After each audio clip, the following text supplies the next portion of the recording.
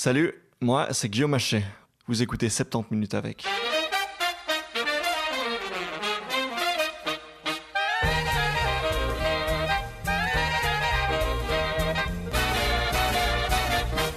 Comme promis, cette semaine, en plus de l'interview de Dave Sinardet, je vous propose également un épisode bonus un peu plus court avec Marilène Patou-Mathis, avec qui j'ai pu discuter de biais de genre dans la préhistoire. J'ai aujourd'hui le plaisir d'être avec Marilène Patou-Mathis. Bonjour Marilène. Bonjour. Est-ce que vous pouvez vous présenter pour les rares personnes qui ne vous connaissent pas encore ? Oui, tout à fait. Donc, je suis préhistorienne, directrice de recherche au CNRS, c'est-à-dire c'est l'équivalent du FNRS en Belgique. Je suis spécialisée dans les comportements des Néandertaliens. J'ai beaucoup travaillé sur eux et des premiers hommes modernes, notamment en Europe et en particulier en Europe centrale et orientale. J'ai beaucoup travaillé en Crimée et donc j'essaie surtout de travailler à reconstituer les comportements anciens, les origines. C'est ce qui m'intéresse. Et on a la chance de se voir aujourd'hui parce que vous sortez en ce moment un livre qui s'appelle « L'homme préhistorique est aussi une femme », publié chez Alary Éditions. On va plonger ensemble au cœur du sujet dans un instant, mais avant ça, parlons un peu de vous. Qu'est-ce qui vous a amené à devenir préhistorienne et à se fasciner, donc, on va y arriver, mais donc sur les questions de genre et sur les questions des origines, comme vous dites? Oui, c'est-à-dire que je crois que je fais partie des personnes qui étaient dès l'enfance curieux. Voilà, j'étais une curieuse. Moi, c'était toujours pourquoi. Je voulais toujours trouver des explications. Et j'étais frappée, par exemple, de trouver un fossile d'ammonite. Donc, c'est une espèce marine. Là, ce que j'avais était du Jurassique, bon, qui vivait il y a très, très longtemps. Et qui vivait dans la mer. Et moi, je l'ai trouvé dans la terre, dans le bassin parisien. Voilà, et donc je me disais, mais comment ça se fait? Il y avait la mer avant, etc. Donc voilà, j'étais curieuse de savoir pourquoi il y avait ça. Voilà, comme tous les enfants posent la question, pourquoi il y a quelque chose et pas rien? Et ben moi, je m'interrogeais sur ce que je voyais et j'essayais de trouver des explications. Donc ça m'a toujours intéressé déjà la géologie, la paléontologie. Et après, j'étais amenée je suis géologue de formation et j'ai été amenée à la géologie du Quaternaire, donc à la préhistoire. Parce que je travaillais beaucoup sur les animaux, la paléontologie animale, les grands mammifères. Et je me dis, ouais, mais il manque quelque chose. Ce qui m'intéresse vraiment, c'est la relation entre les premiers humains et les animaux.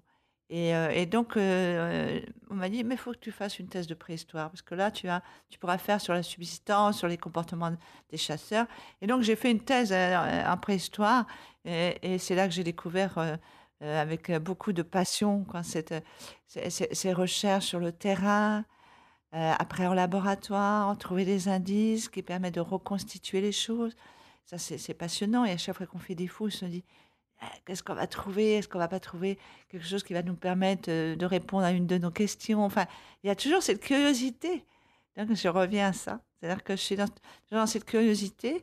Et petit à petit, alors là, plus intellectuellement, si j'ose dire, à un moment donné, je me suis intéressée aux origines des comportements, puisque travaillant sur des périodes anciennes de l'humanité, je me suis dit, bah tiens, par exemple, on dit souvent la guerre, la violence, ça a toujours existé. Bah, j'ai été voir si c'était vrai. Voilà, au départ, j'entendais des gens qui disaient, oui, en fin de compte, les hommes, les humains, ils étaient peut-être végétariens au départ. Bah non, moi j'ai travaillé beaucoup sur ça, j'ai écrit Mangeurs de viande, ils n'étaient pas végétariens. Et petit à petit, comme ça, je me suis rendu compte que j'avançais dans ces réflexions, c'est comme les boules de neige. Et à un moment donné, j'avais travaillé justement sur le fait, pourquoi, et ça c'était suite à mon voyage que j'avais fait chez les Bushmen du Kalahari, pourquoi, en fin de compte, on avait une vision très négative des périodes préhistoriques. Enfin, pas nous, chercheurs, mais d'une façon populaire. Pourquoi l'humain préhistorique est toujours considéré comme inférieur. Et du coup, Et donc, j'avais travaillé, j'avais fait une recherche sur ça. Quelle réponse vous avez trouvée sur cette passion pour la préhistoire et pour nos ancêtres? Ben voilà, et donc je suis arrivée à ça, sur ça, ça m'a passionnée en me disant, en allant chercher la réponse comme ça dans la terre, dans les éléments qui nous ont laissés. À partir de ça, ça m'a pris cette passion de vraiment de réfléchir, parce que voilà, moi, je suis évolutionniste. Et donc, je me suis dit, mais pourquoi on est comme ça? Qu'est-ce qui fait? Et j'ai essayé de comprendre. Et c'est des petits maillons comme ça que j'essaie d'apporter à des questions au fur et à mesure donc, de mon cheminement. Et les origines, vraiment, me passionnent. J'ai du mal à me percevoir comme que du temps présent. Mhm. Voilà. Et donc, j'ai toujours besoin de voir ce qui était avant pour me projeter dans l'avenir. C'est-à-dire que si je n'avais pas le passé, je ne pourrais pas me projeter. Il y a des gens qui peuvent se projeter dans l'avenir sans. Et moi, je ne pourrais pas. Oui, donc on sent vraiment chez vous, comme vous dites, cette passion, la flamme de la curiosité, en particulier donc pour les origines, les sources, le passé, comme vous dites.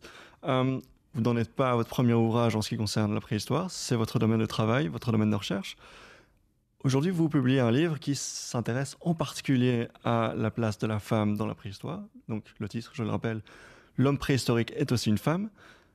C'est un livre qui sort aussi dans un contexte actuel, puisque voilà, on parle du passé, mais je vais m'intéresser quelques secondes au présent.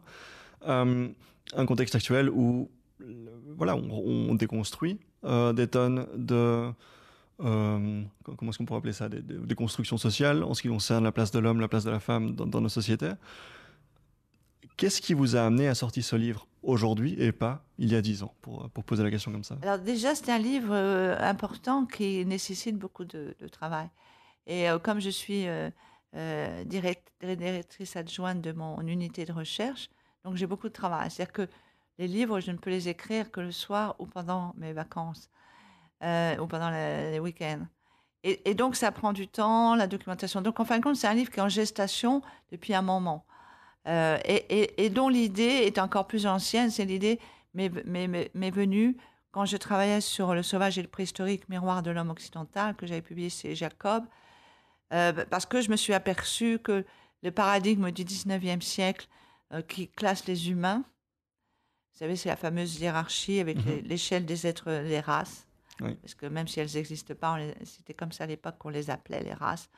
Et donc la hiérarchisation des races, et je me suis aperçue que la femme était la même chose.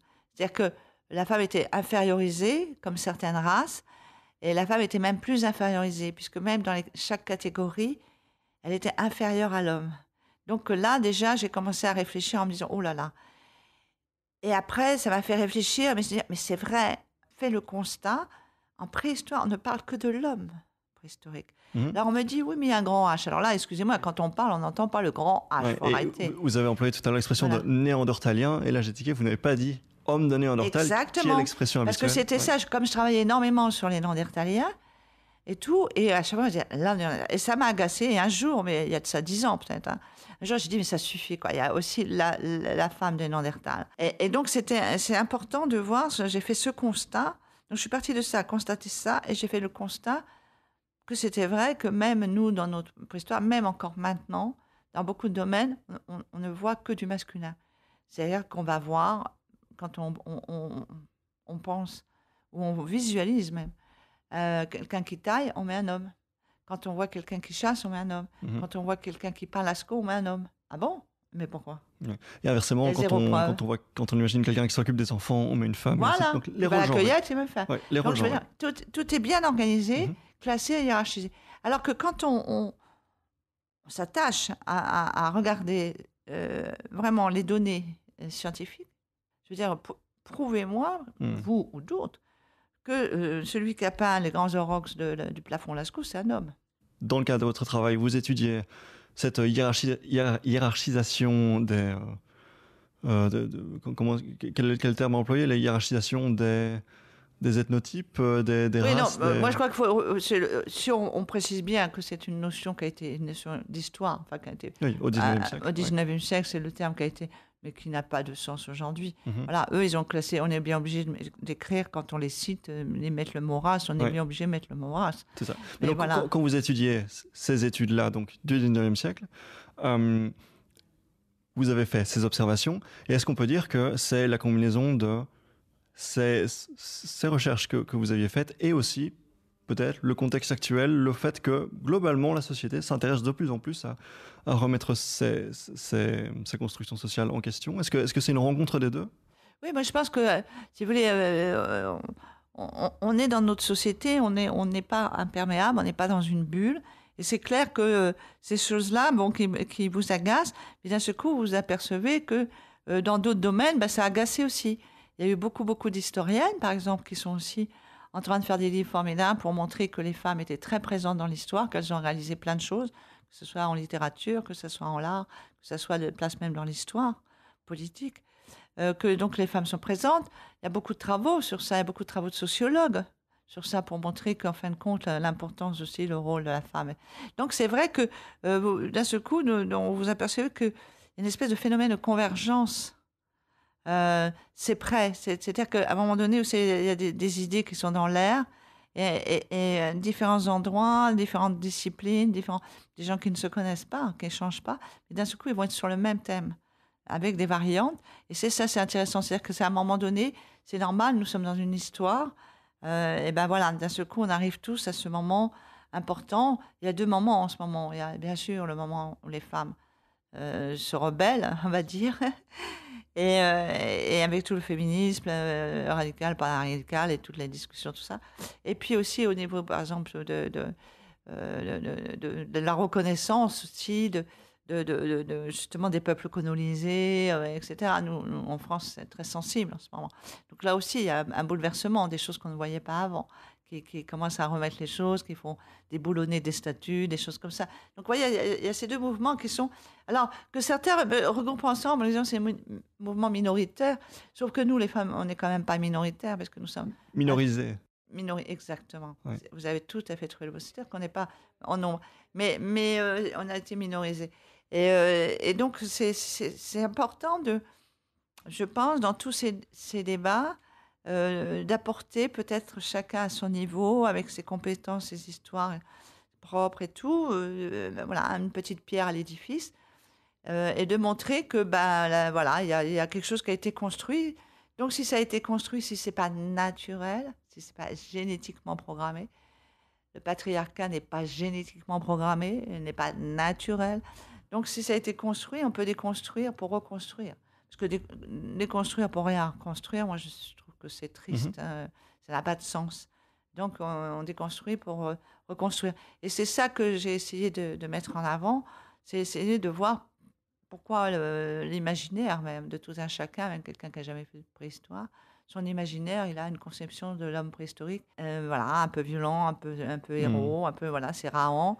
Et puis de la vie à cette époque-là, assez noire, tout, avec, un peu épique, mais quand même assez noire. Et la femme, alors, elle n'est quasiment pas là. Donc voilà, c'est l'image qui a été véhiculée par les savants et qui a été inoculée par toute l'iconographie, les peintures, les sculptures, les illustrations, parce qu'on lisait beaucoup de magazines illustrés. Et donc, au 19e siècle et puis au début du 20e, il n'y avait pas beaucoup de gens qui savaient encore lire et écrire. Donc, ça s'est beaucoup diffusé par l'image. Et l'image est très, très prégnante. Ça imprime bien le cerveau. Et donc, voilà. Et donc, c'est l'homme qui sa peau de bête, sa massue, et qui tire la femme par les cheveux. Quoi, voilà. Oui, c'est ça. Donc, c'est véhiculé dans que ce soit les dessins animés, les bandes dessinées, les films. Buster Keaton, bon, etc. Donc, si vous voulez, il y avait tout ça qui était... Et donc, je pense que...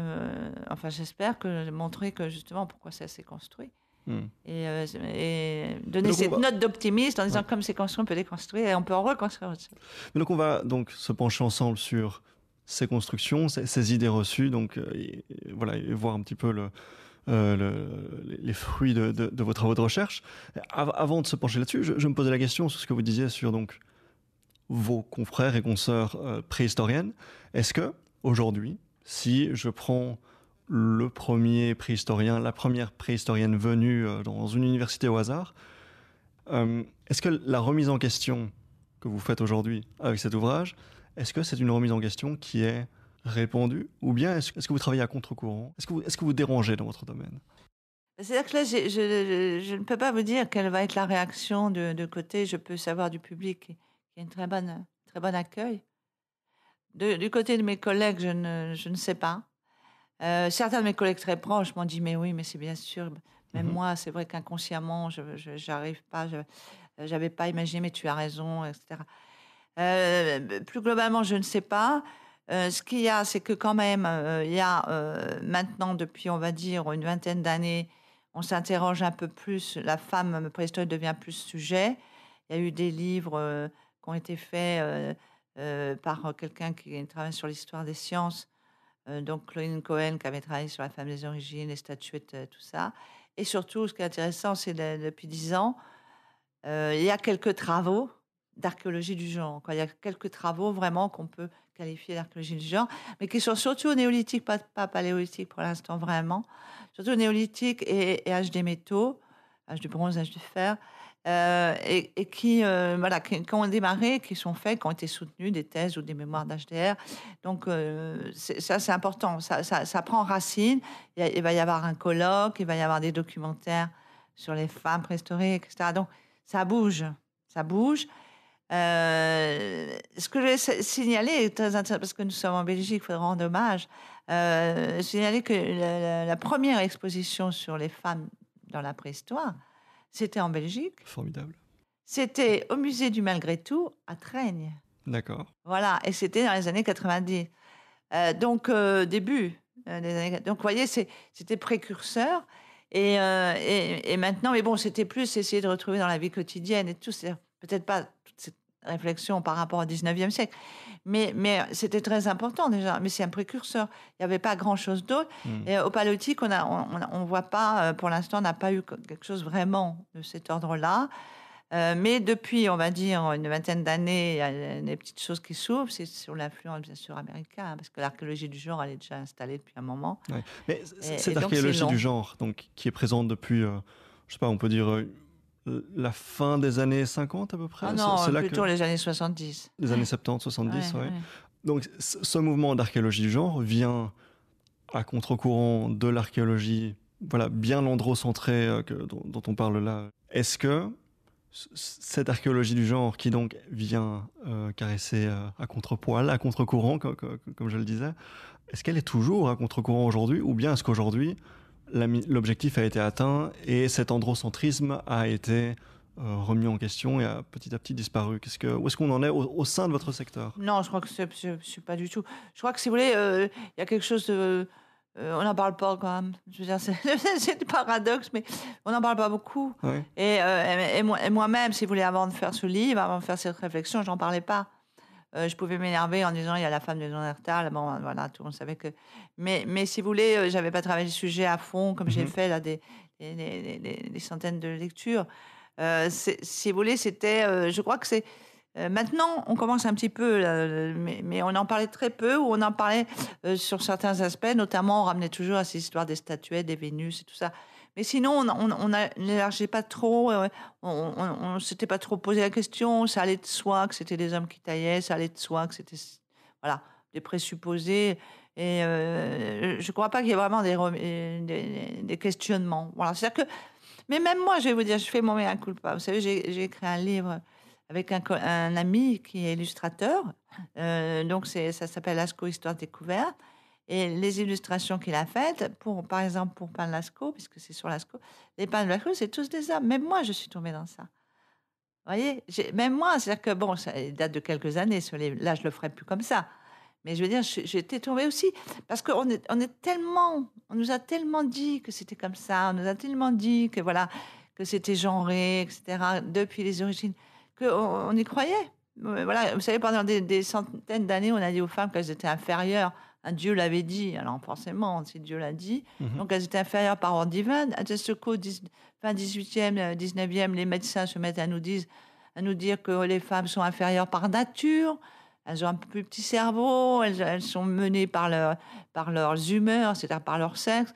Bon, ben voilà, je veux dire.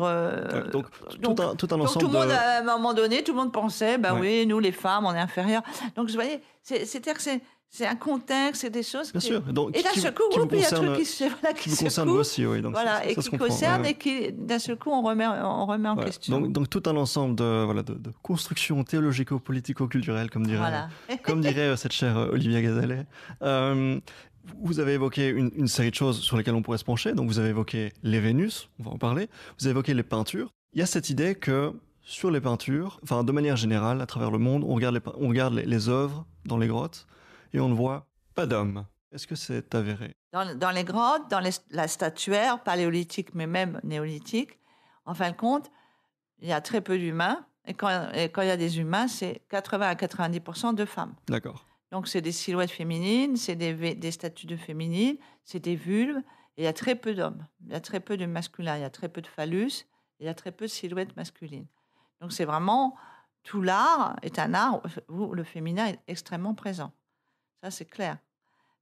Donc là, on est plutôt dans un monde, si vous voulez, qu'on peut concevoir. Si on suit les interprétations diverses et variées depuis les origines de la préhistoire, si j'ose dire, par les premiers préhistoriens, tout ça, on a un regard essentiellement masculin sur tout ça pendant des décennies.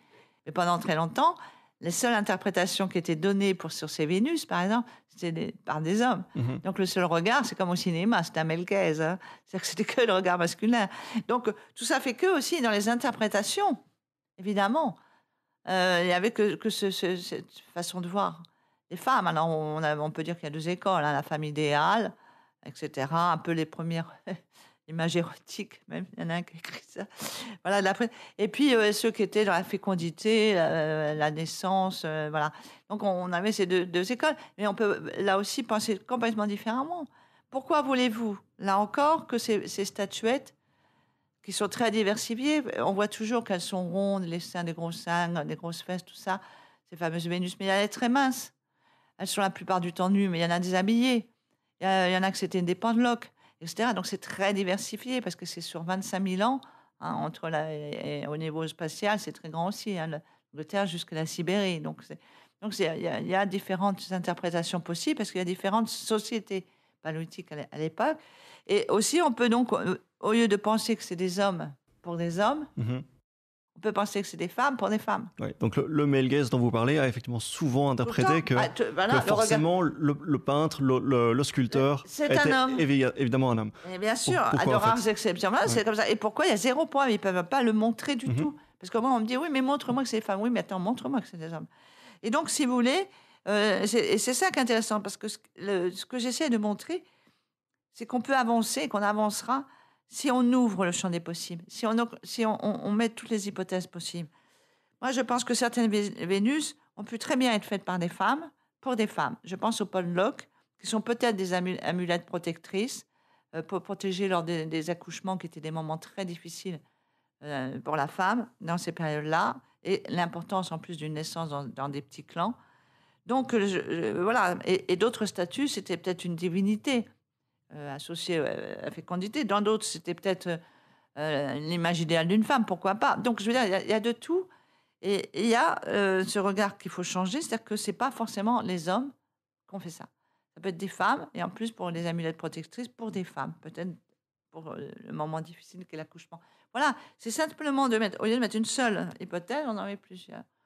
Et on diversifie dans ce sens en disant les acteurs, ceux qui ont fait ça, ce ne sont pas forcément des masculins. En tout cas, le fait est que donc, les Vénus n'ont pas d'équivalent masculin. Il n'y a pas de cette espèce de vénération, pour ainsi dire. Donc, pour le sexe masculin, pour le phallus, on ne retrouve pas ça dans les œuvres. On a un petit peu, mais un tout petit voilà, peu. C'est minoritaire, même échelle, très, voilà, très minoritaire par rapport aux représentations féminines. Quelle théorie pour expliquer ça? Alors, alors là aussi, c'est des choses compliquées parce que justement, peut-être que ce monde souterrain, contrairement à ce qui a souvent été dit, était peut-être aussi un monde assez féminin, la grotte. Voilà, c'est peut-être plus féminin qu'on l'a pensé pendant très longtemps. Maintenant, on le sait parce qu'on a retrouvé des mains féminines dans les grottes. Donc, c'est des lieux qui étaient plus en rapport justement aux naissances qu'on l'a cru longtemps. Ça peut être une des interprétations, donc c'est pour ça qu'on aurait moins de masculin. Et notre interprétation, c'est que peut-être qu'à un moment donné, l'homme a compris qu'il participait à leur production. Ouais. Donc ça, ce serait c'est une autre hypothèse l'idée que qui est intéressante. Ces représentations dans l'art préhistorique seraient parce que c'est l'unique source l'unique origine de la vie telle que bien sûr, on l'a comprise. Bien sûr, parce que ces groupes, des petits groupes, vous imaginez, des petits groupes de 30-50 personnes et tout, la seule chose qu'ils voient, dont ils sont sûrs, c'est que le bébé sort du ventre de la mère. Voilà, du ventre d'une femme. Mais entre le coït entre l'acte sexuel et La naissance, ouais. 9 mois, c'est compliqué. C'est une éternité.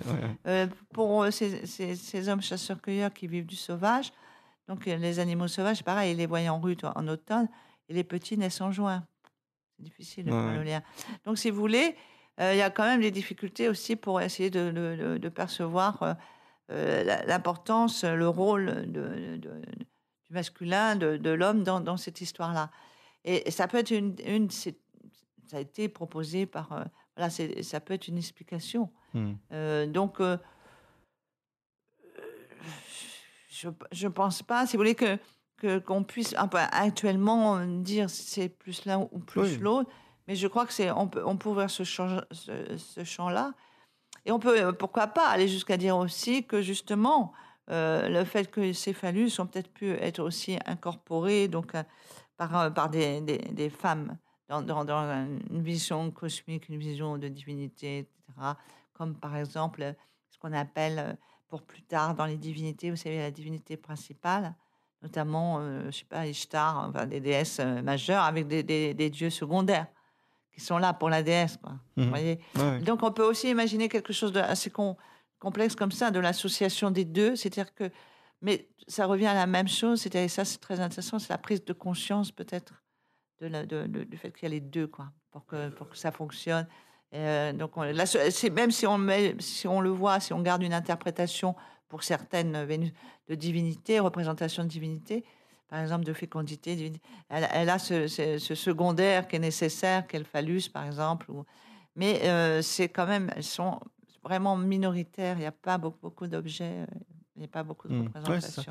Ouais, mais donc, de manière générale, le fait de faire cette égalité entre les représentations de ces Vénus et la maternité, c'est excessif. C'est excessif. C'est excessif dans le sens où je vous dis, comme tout à l'heure, je l'expliquais, on fait comme s'il y avait qu'une société. Que cette société, hop, elle a sa cosmogonie, elle a ses légendes, elle a ses mythes, elle a ses représentations, ses rituels. C'est pas ça. C'est 25 000 ans. Voilà, dans toute l'Europe, dans toute l'Eurasie, même on peut aller jusqu'en Sibérie. Donc, c'est pas forcément la même chose. C'est pour ça qu'on a des Vénus très variées, des styles très variés, comme je disais tout à l'heure, des minces, des plus grosses. Voilà, dès qu'on plantait dans la terre, dès qu'on posait, dès qu'on mettait en amulette, parce qu'elles sont perforées, etc. Donc il y a une grande variabilité une grande variété dans ces Vénus. Donc parce qu'il y a aussi différentes Vénus à différentes périodes. Il y a à la fois une grande variété et en même temps j'ai l'impression qu'il y a cette espèce de constance à travers le monde. Les Vénus sont là à peu près partout. Voilà, les Vénus sont là. Et c'est ça qui intéresse parce qu'elles vont durer, puisqu'elles vont être aussi au néolithique. Alors certains refusent. J'ai un peu du mal à comprendre pourquoi, mais on refuse une filiation entre les deux, parce qu'il manque 20 000 ans. Une filiation entre... Pas 20 000 ans, 2000 ans. Voilà, des filiations entre certaines Vénus paléo et des Vénus néolithiques, et d'autres entre les néolithiques et les grandes divinités antiques. Alors qu'il y en a qui voient tout à fait des filiations, en fin de compte, c'est des transformations, etc. Mais en tout cas, elles perdurent, c'est ça qui est intéressant. Elles vont perdurer, puis après, à un moment donné, elles vont être remplacées par les dieux masculins. C'est ça qui est intéressant. Avec le métal qui arrive, alors là, on est dans du masculin, les croyances basculent. Voilà. Et donc, c'est ça qui est intéressant, c'est de voir que probablement, donc, il y a différentes sociétés, il y avait des sociétés où il y avait probablement des divinités féminines représentées. Peut-être c'était l'effigie d'une divinité féminine. Voilà. Donc, c'est ça, ouvrir le champ des hypothèses et incorporer la femme en tant qu'actrice, voilà, c'est-à-dire en tant que productrice, pas seulement modèle. On en revient à ce fameux male gaze qui interprète... Pourquoi toujours les voir modèles? Pourquoi pas juste sculptrice? Et donc, j'en viens à un thème que vous avez rapidement touché tout à l'heure. Les rôles dans la société, les fonctions, chasseur, cueilleur, mère, maternité, etc. Est-ce que les choses étaient aussi schématisées, aussi divisées que la façon dont ça a été représenté dans les œuvres, dans la culture populaire à notre époque? Est-ce que les tâches étaient aussi divisées que... Alors justement, ça c'est... lorsqu'on parle de la répartition sexuée des tâches, la division sexuée des tâches, Elle est calquée déjà sur cette société du 19e. Elle vient de loin, elle vient de cette société qui a dit, qui a calqué, donc a mis les femmes dans des situations, dans des activités bien précises, et les hommes dans d'autres activités. Et donc, c'est déjà, on sait que c'est déjà quelque chose qui est construit mentalement. Ensuite, quand on a plus récemment d'autres interprétations de ces comportements, on les a cherchés, ils les ont cherchés, mais les auteurs dans les sociétés de chasseurs-cueilleurs qui vivaient encore. Et là, je m'insurge un peu parce que, premièrement, ce ne sont pas des préhistoriques fossiles. Eux aussi, ils ont eu 2000 ans d'histoire. Hein. Mhm. Je suis désolée, donc ils ont évolué. Surtout là, on parle de choses qui sont des structures sociales. Donc ça évolue vite, les rites, les valeurs, les cosmogonies, et tout ça évolue. Et donc on voit pas, ce ne sont pas des hommes préhistoriques fossiles. Ça, c'est le premier point. Et le deuxième point, c'est on sait très bien la difficulté de l'interprétation pour les ethnologues. C'est-à-dire que là aussi, quand on constate la façon les structures sociales ou la façon de voir, d'envisager l'environnement et tout ça chez les peuples traditionnels, on n'est pas des peuples traditionnels. Là aussi, on va analyser avec nos modèles à nous, nos moyens à nous, notre façon à nous de concevoir les choses, et on a fait des erreurs d'interprétation, on le sait très bien.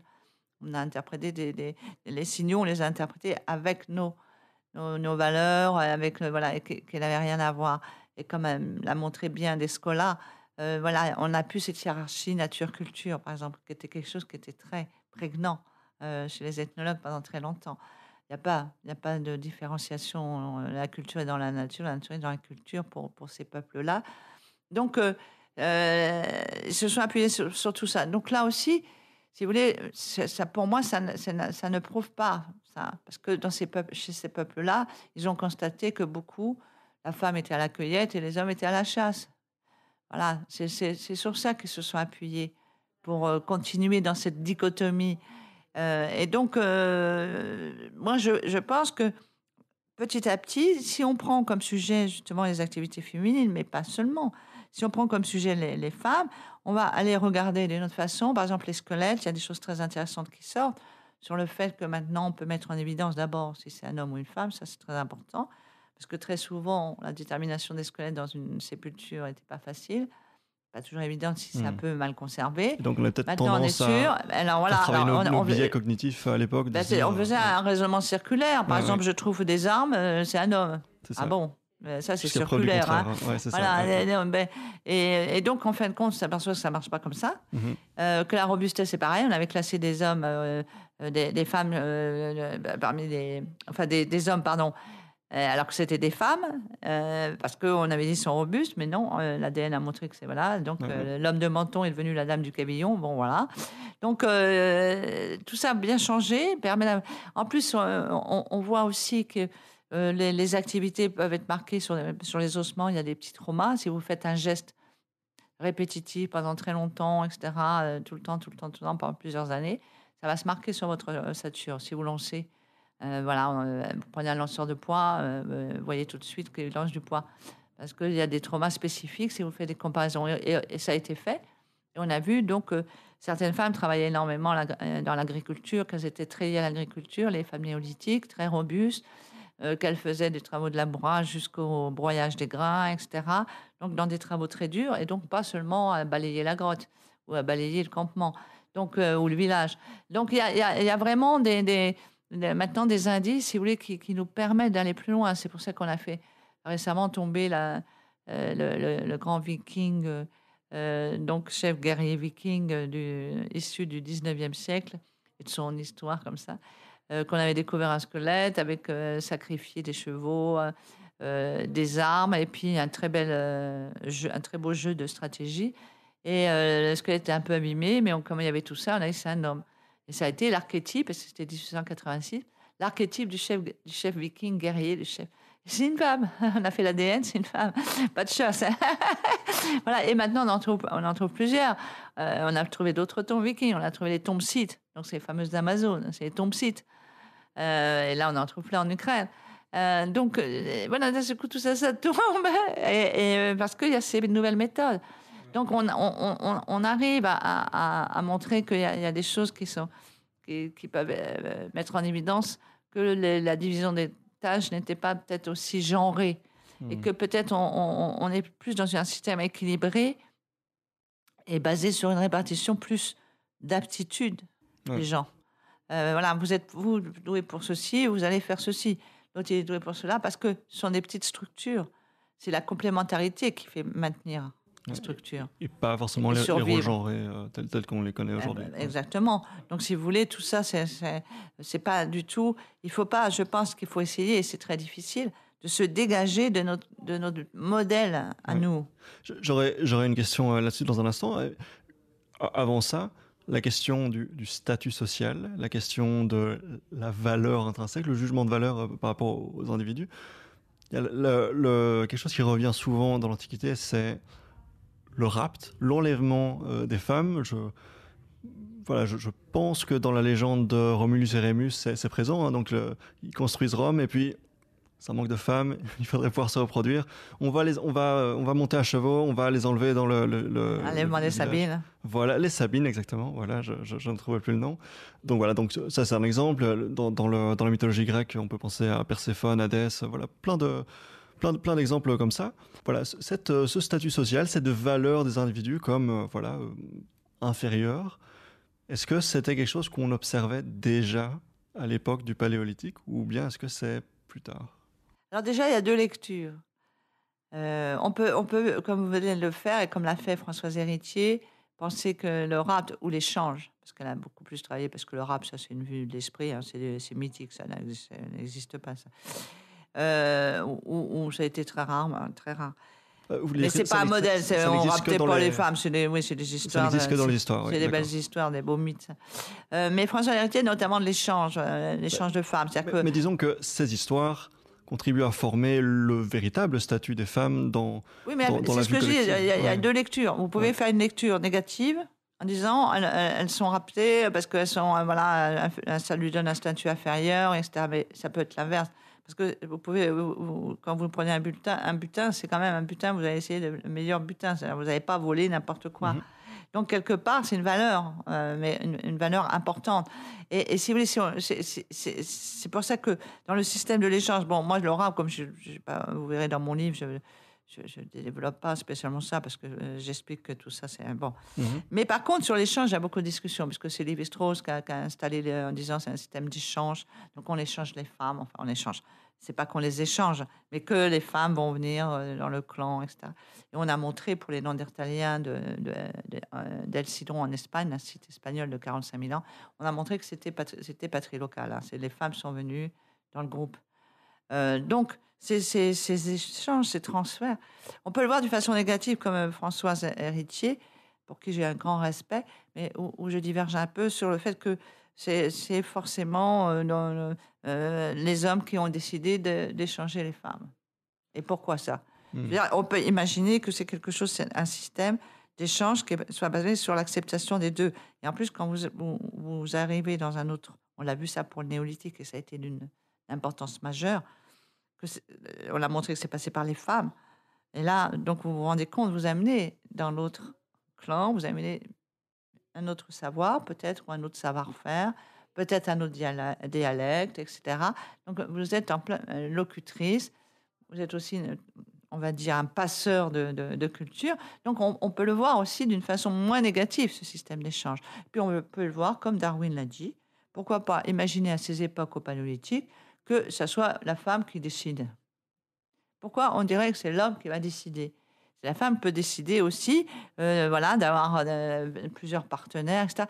Là aussi, pourquoi créer un modèle sur des temps aussi reculés, surtout qu'on a eu des exemples à travers l'histoire? Pourquoi pas avoir un autre modèle? Pourquoi à chaque fois aussi appliquer le modèle que nous, on connaît, qui est dans cette relation forcément où l'homme est dominateur, dès les origines?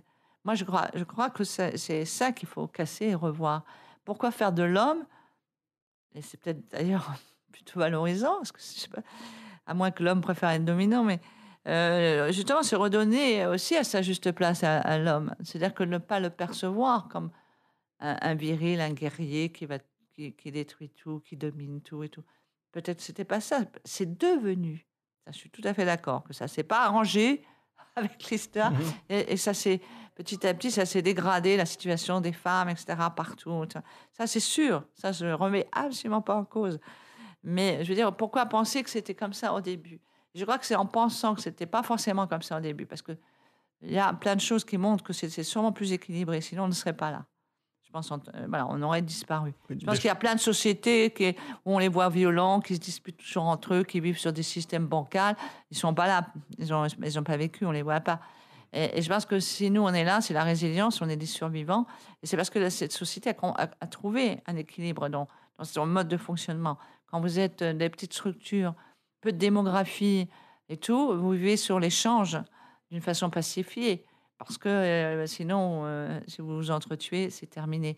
Donc, c'est une autre façon de vivre sur des petites sociétés qui ont permis qu'on soit là.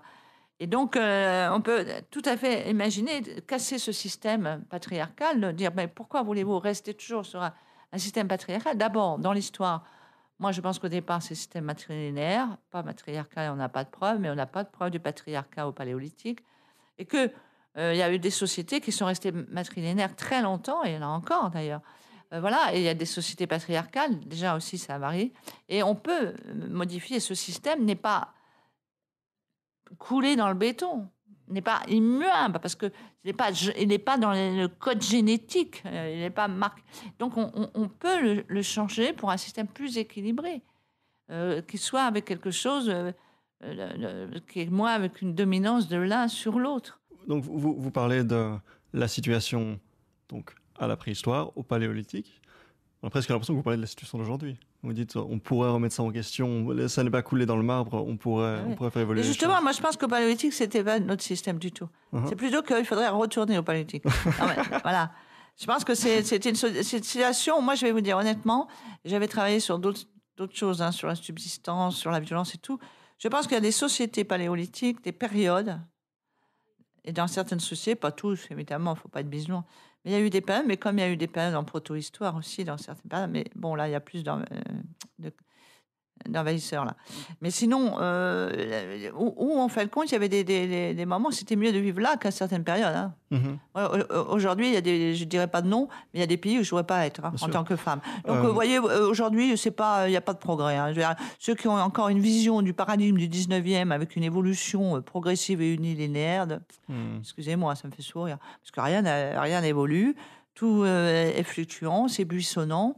Ça fait c'est un système de balancier, ça fait des allers-retours, etc. Franchement, notre société, la société actuelle dans certaines régions du monde et tout, bon, c'est vraiment pas jojo. Ouais. Hein. Donc là, je crois qu'il faut aussi un peu voir que c'est peut-être mieux à certains moments. C'est plutôt ça. Je pense que si vous voulez, dans certaines sociétés, à certains moments, dans certaines sociétés, ça, au néolithique, ça a commencé à un petit peu se dégrader et ça s'est accentué, à mon avis, vers le milieu du néolithique avec le développement de l'élevage, etc., où on voit apparaître les castes, etc. Voilà. C'est-à-dire qu'il y a des choses qui ont provoqué cette dégradation de la condition des femmes. C'est intéressant parce que donc, que ce soit pour la question du statut social ou pour la question des tâches, des rôles genrés, chasseurs, cueilleuses, etc., on vous sent dans une démarche qui amène à dire il faut être prudent dans nos interprétations, c'est sujet à interprétation, tout le monde n'est pas d'accord. Voilà.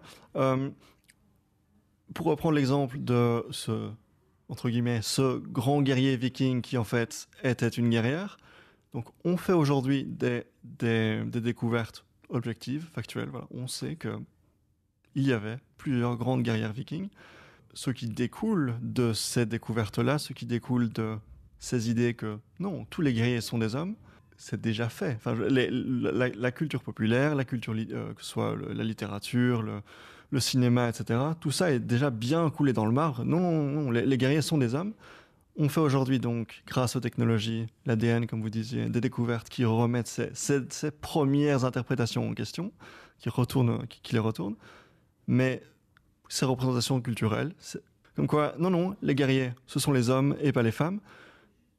Est-ce que vous pensez qu'il est encore possible, est-ce qu'il est encore temps de les voir disparaître, les changer, passer à l'effaceur sur voilà, ces œuvres qui nous entourent et qui mettent en avant, en particulier en ce qui concerne donc la préhistoire, des hommes guerriers majoritaires, des femmes à l'arrière-plan, voilà, assignées à la maternité, et à ces tâches, on va dire, passives de manière générale.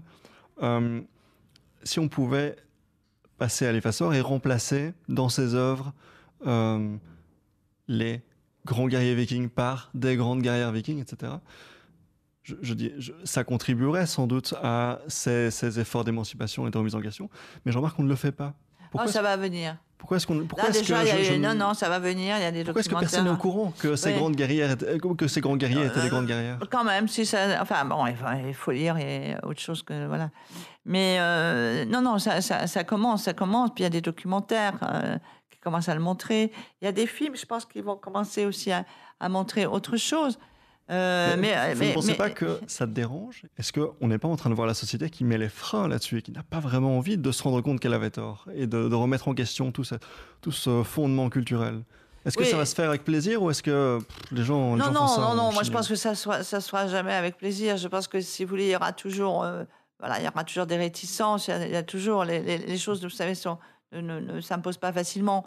C'est pour ça que si vous voulez, il y a des féministes qui sont ce qu'on appelle le féminisme radical, que moi j'accepte, je comprends, même si je suis moins radicale, mais je les comprends parce qu'on ne peut pas obtenir en disant s'il vous plaît, merci, en se mettant à genoux.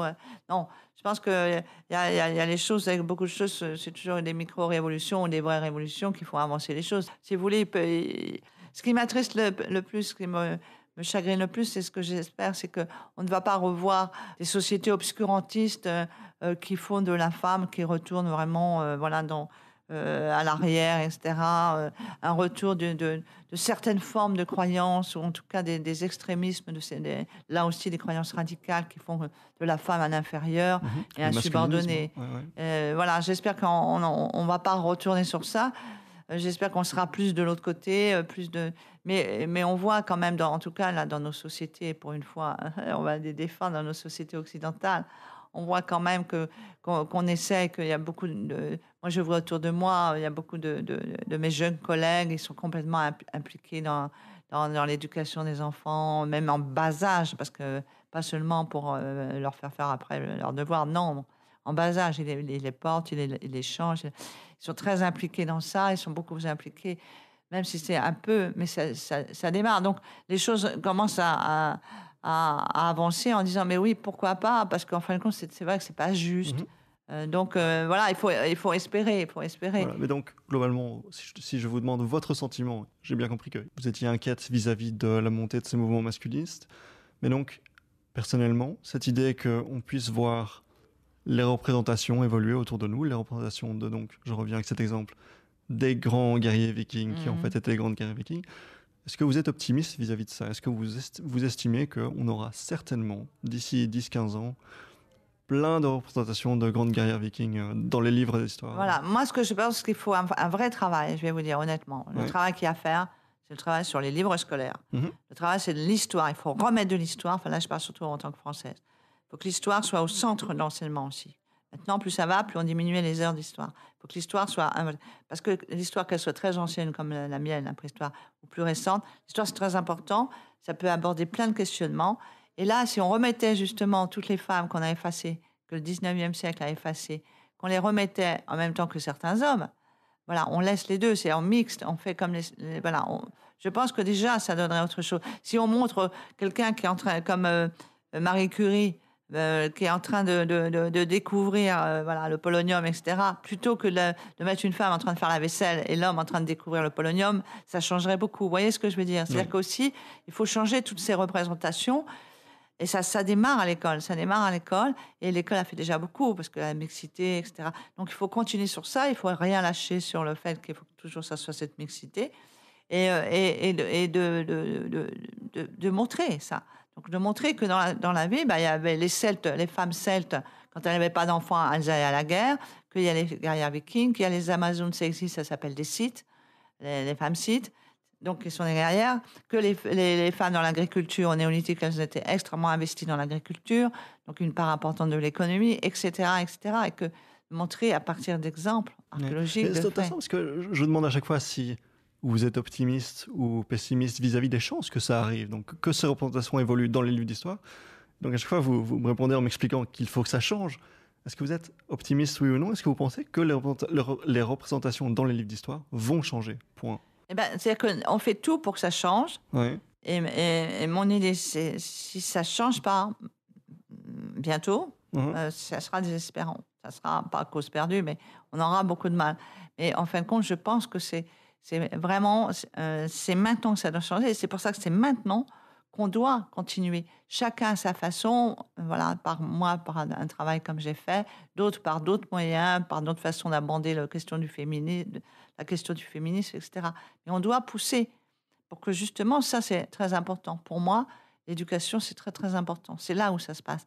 C'est les futurs. Les enfants, c'est les futurs humains qui vont faire la société. Donc, il faut que ça soit Et ça se fait parce que moi, je vois la préhistoire. Vous savez, la vision de la préhistoire elle a quand même un peu changé. Hein. Je veux dire, quand même, on n'en est plus à montrer des choses qu'on montrait il y a 20 ans ou 30 ans. Hein. Les documentaires maintenant sont quand même beaucoup plus adaptés. Moi, j'ai fait des conférences dans les classes. Ça, quand même, ça change. Mais donc, on a bien compris que maintenant, vous passiez le message au ministère de l'Enseignement français, ou on va dire le ministère de l'Enseignement de la Fédération Wallonie-Bruxelles, pour être un peu local. Plus d'histoire, donc la préhistorienne demande plus d'histoire dans les En plus, c'est passionnant, il y a plein de trucs extraordinaires. Il faut absolument réactualiser l'histoire avec les nouvelles découvertes, surtout l'histoire ancienne comme la préhistoire. Très bien. Ben voilà, un message bien clair. Merci beaucoup, Marie-Hélène Patou-Mathis. Merci à vous. Au revoir. Au revoir.